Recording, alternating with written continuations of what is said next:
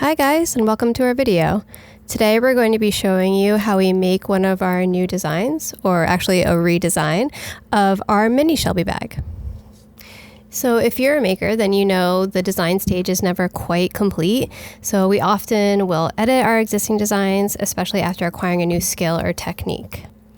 Plus, we always want to make sure that the collection is looking cohesive. And so as new designs are made, we might go back and redesign older bags so they look like they're all speaking the same, or at least a similar design language, and look like they all belong together.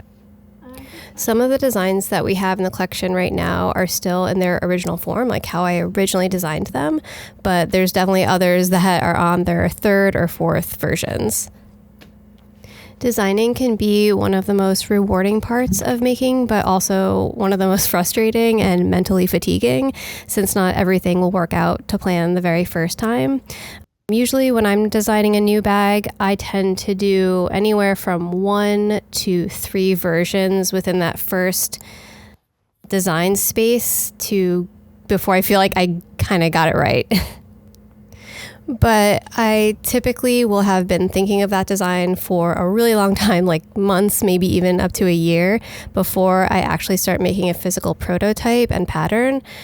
And I'll do lots of sketches and things like that and really think through how I'm going to put that bag together before I even get to patterning. So a lot has been thought out before I even get pen to paper. But working on your design and patterning skills, like any other skill, requires a conscious effort to improve and to continually stretch what you think you're even capable of doing.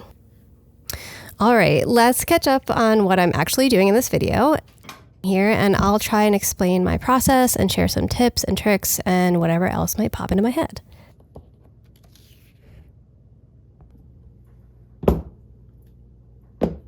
What I'm doing here is actually working on the interior of the bag, the interior pocket.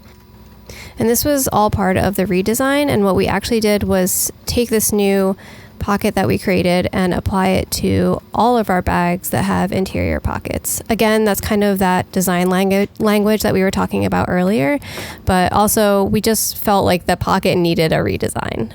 The old one was great, but it had a zipper closure, which made things a little bit more cumbersome to get your stuff in and out of. But this one has a nice big space for you to throw your phone in, as well as a slot to hold like a pen or a pencil. And I think it's a lot cleaner and just a lot more functional. And so here what I'm doing is actually hand wrapping the end of my stitch around those 2 layers that I just sewed together. I tend to do this with all of the ends of my stitch lines just because it looks, again, a lot cleaner, and it makes for just a little bit of a stronger ending to the stitch line. So I'll go ahead and wrap them and then hand pull them through to the back side and cut them and melt them.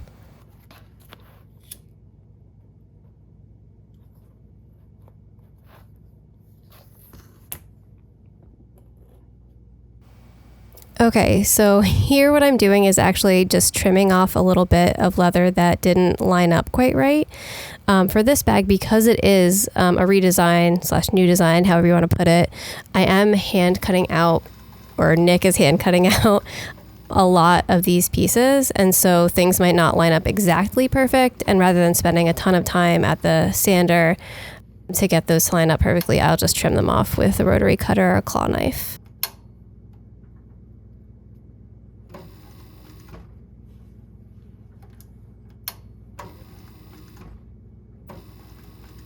You might have noticed that we've got this black coating on our outside presser foot there.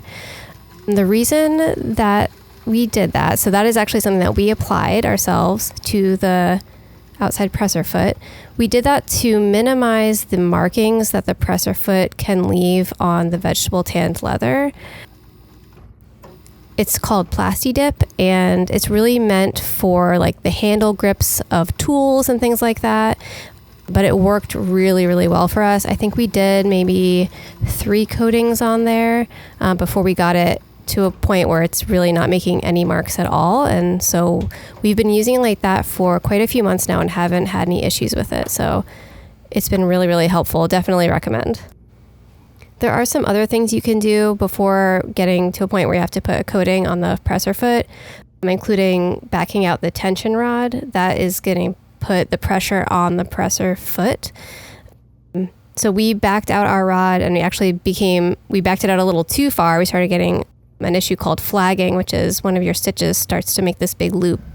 It's super frustrating. And so we put the tension rod back just a little bit to the point where the flagging stopped, but it was still leaving some presser foot marks. So then we kind of went back to the drawing board and came up with the idea of trying the Plasti Dip, and it worked out great.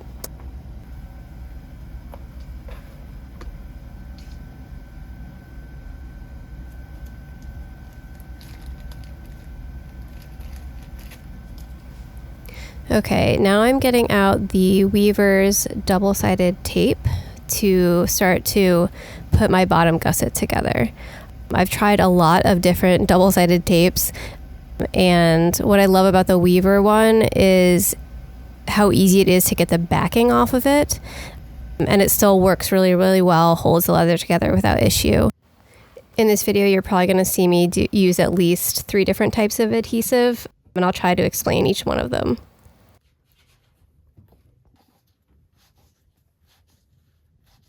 Might look a little weird, but I'm basically pre-folding or bending the leather up a bit, so that way when I put the wall of the gusset on, that flat oval will want to bend up with the side panel of the gusset, and it'll just go together a lot easier. I actually do this with all of our gussets.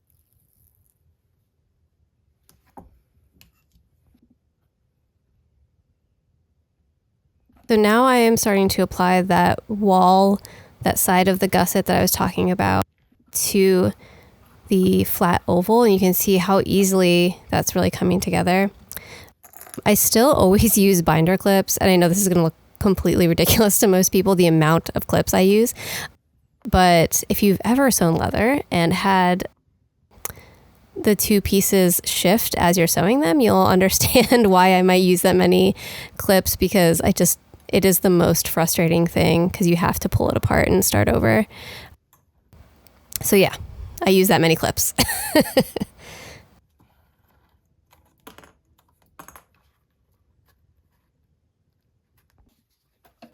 And here what I'm doing is actually just skiving off the very end of that wall. And the reason I do that is so that when the 2 pieces overlap each other, they don't get too thick and you don't end up with like a big lump in the side of your gusset. So I thin them out and they can overlap nicely. Oh, there's Penny doing her poodle thing.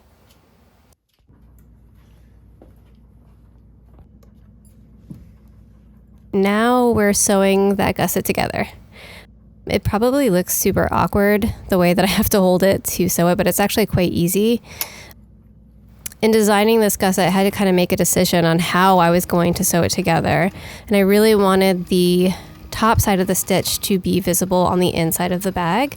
And that way the back side of the stitch, which is usually less pretty, is kind of sandwiched between the inside of the gusset and the exterior wall of the bag itself. So you don't even see it. And it just made things actually a lot easier when it comes to sewing it together.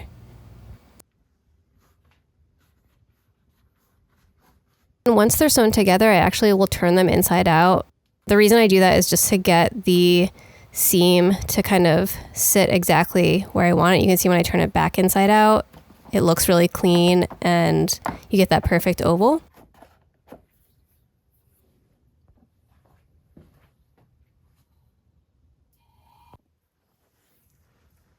Now I'm going to be hand stitching the interior clasp or closure in place. This easily could have been riveted in place, but I think the hand stitching just looks a lot cleaner. And in just about all of our bags, there is some area where I do a little bit of hand stitching. And usually it's something that's like really, really tight, that's just difficult to do with a machine. Or sometimes, even in this example, it's definitely too tight to do with a machine, but also it's just going to create a little bit of a stronger stitch. And when you're using a closure over and over again, you really want that to be super strong. And sewing that closure in that spot the way that I am is actually a new skill that I acquired when I did our Mave bags. I did a top handle that is kind of integrated into the lid.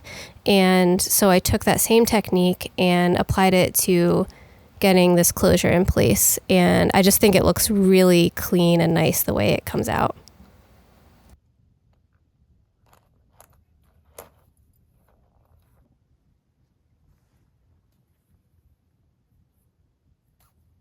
Now I'm just sewing the other side on. So that's the side that the clasp will click onto.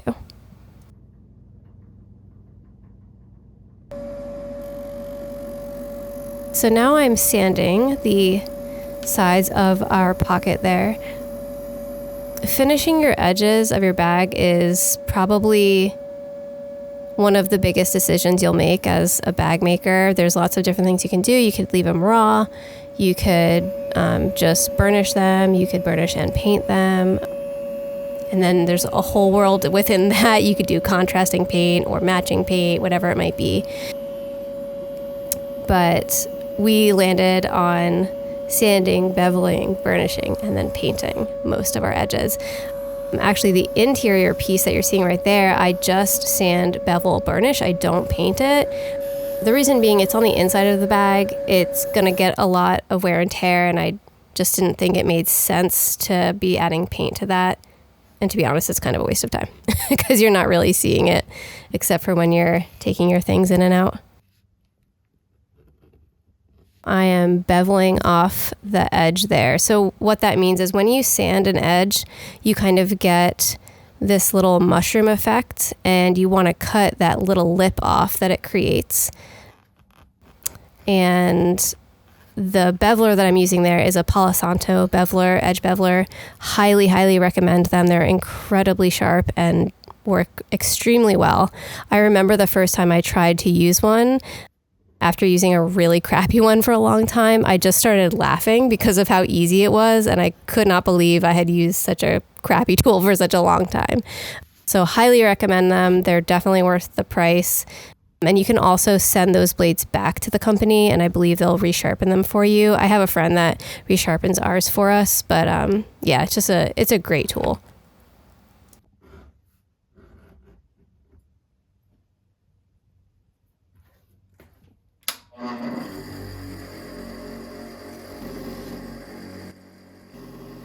And now we're burnishing the inside.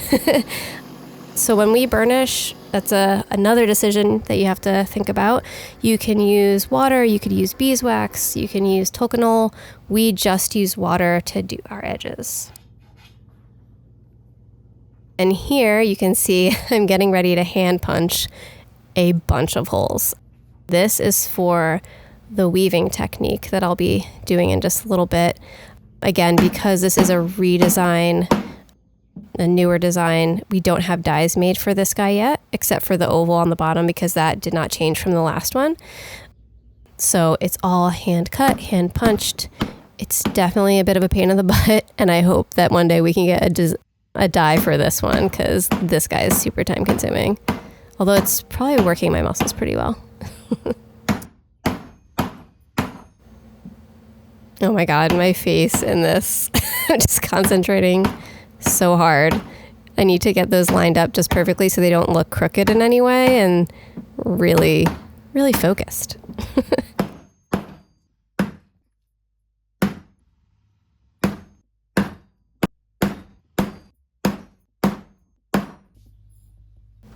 All right, there is the front panel all punched out, and it's got our logo on it. And now what I'm going to be doing is gluing in the top liner as well as the interior pocket. And so here we're using another adhesive. This is an Italian glue called, I believe it's Eco Stick, and it's water-based, so it's not going to give you those really harsh smells or those chemicals that you don't want to be inhaling. And it's actually quite easy to apply. One piece of advice, I know a lot of people who use this glue and have used those like silicone or plastic spatulas to spread the glue with. I highly recommend trying a sponge brush. It applies the glue a lot thinner, a lot faster, and you can surprisingly use that brush over and over again for quite a bit before you have to throw it out. So yeah, definitely go with a sponge brush. Back to some hand stitching. I'm going to be hand stitching the buckles that go on either side of the bag onto the piece of leather that weave the two large panels together. Again, this could be riveted, this could be sewn on the machine, but I just love the way the hand stitching looks on this part. And again, this is a part that gets a ton of use, gets kind of like the bulk of what's in your bag will be, you know, it's a stress point for the bag. So hand stitching it, again, I feel like is just a good way to go.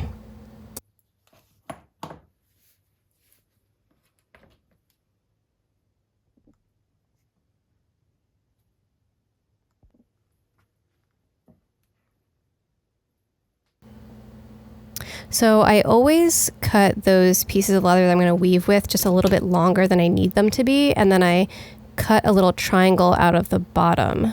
The reason being, it's just a lot easier to weave through those holes when you've got kind of this pointed edge or end rather than something that's flat and square.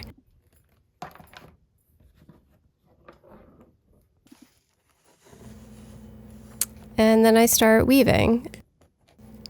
So there's two big reasons why this bag has this weaving technique applied. The first is a practical reason. To sew a big tube like that on a cylinder arm machine is super difficult. I've done it before, but it always was just incredibly stressful. And so I was trying to figure out a way to do a bucket bag where you have to do this big tube without having to actually sew on the machine. So I could have hand stitched them, but it's very time consuming. And then I thought about this bag that my mom actually had when I was a kid. I think it may have been my grandmother's at one point, but it's this leather bag that has this like woven detail to the sides, and that's actually how the bag is physically put together. I'm sure you guys have seen bags like that in the past. So once I kind of came up with that solution, I was like, this is it, we're going.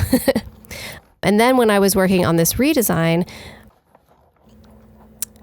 I had these two ends of my strap kind of dangling off the edge, and I was like, oh, I need to put a loop in there to hold those tails in. And that's when we discovered these solid brass loopholes that you can put on there, and they fit perfectly and they weave into just the right spot, and it just was exactly what I was looking for.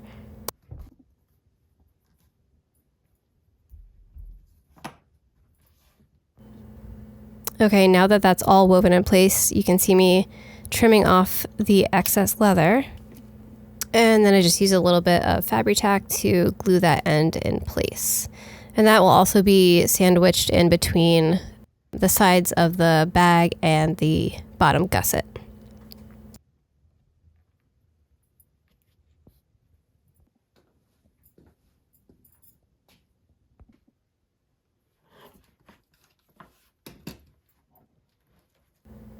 This next part is just a little bit tricky because I'm working with it now fully as a tube, and I've got to get all those holes to line up just so. But once you kind of get that first one, they all seem to go in order there without issue.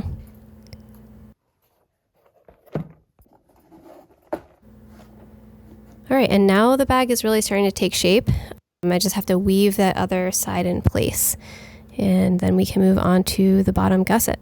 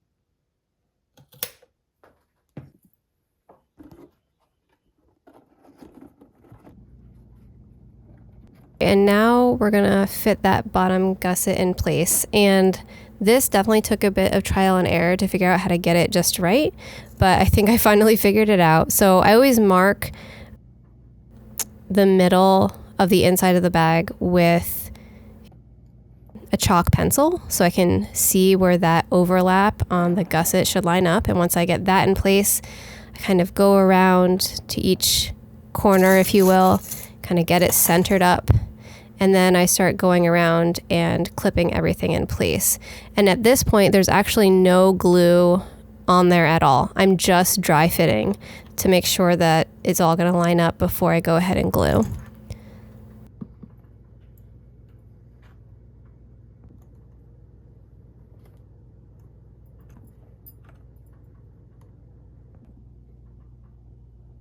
And now it's time to glue. So you can see here that I'm using the Fabri-Tac again. The reason I like this glue for this part of the bag is just the ease of application.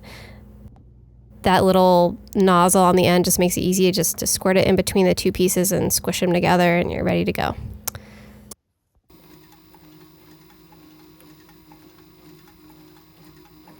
And then I just have to stitch the very top of the bag and the very bottom of the bag. Stitching around the top of the bag is securing that kind of little bit of lining that we did on the inside with the pocket and the closure. So those are now going to be permanently in the bag because of this stitch line. And then also the bottom, which is obviously going to get that gusset in the right spot so it's not going anywhere.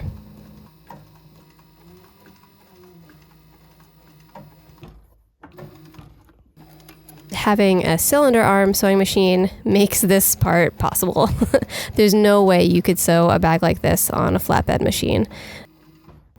It's why we ended up going with one. And a lot of people actually comment on like why I stand up to sew. I didn't really think about it when we first got it set up. I think it just was the most comfortable position for me to be in, where I felt like I could see everything that I was doing. And so now I'm just so used to it, I don't even think about it anymore. But yeah, I stand up when I sew.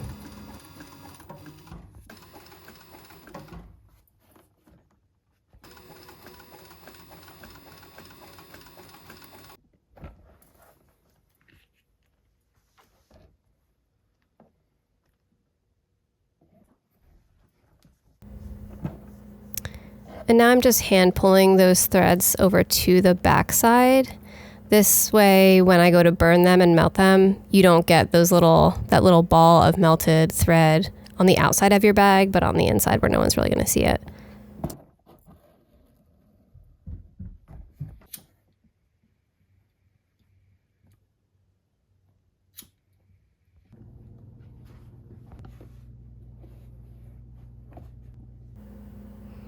At this point, I've already sanded the bottom, it looks like, and now I'm beveling that edge off one more time. And this will just make burnishing go a lot smoother so you don't get a weird lip.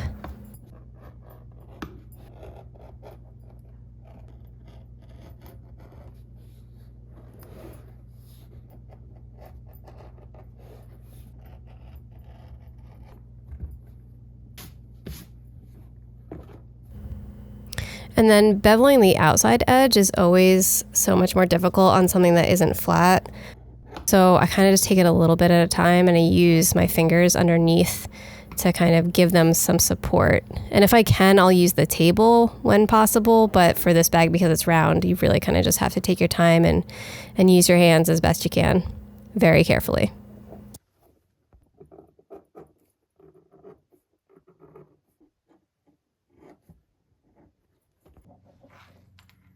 The top and bottom have been burnished, and now I just have to add my edge paint and my bag will be done, besides putting the strap on, of course. Thank you all for watching this video. I hope you enjoyed it, and let us know in the comments what you think.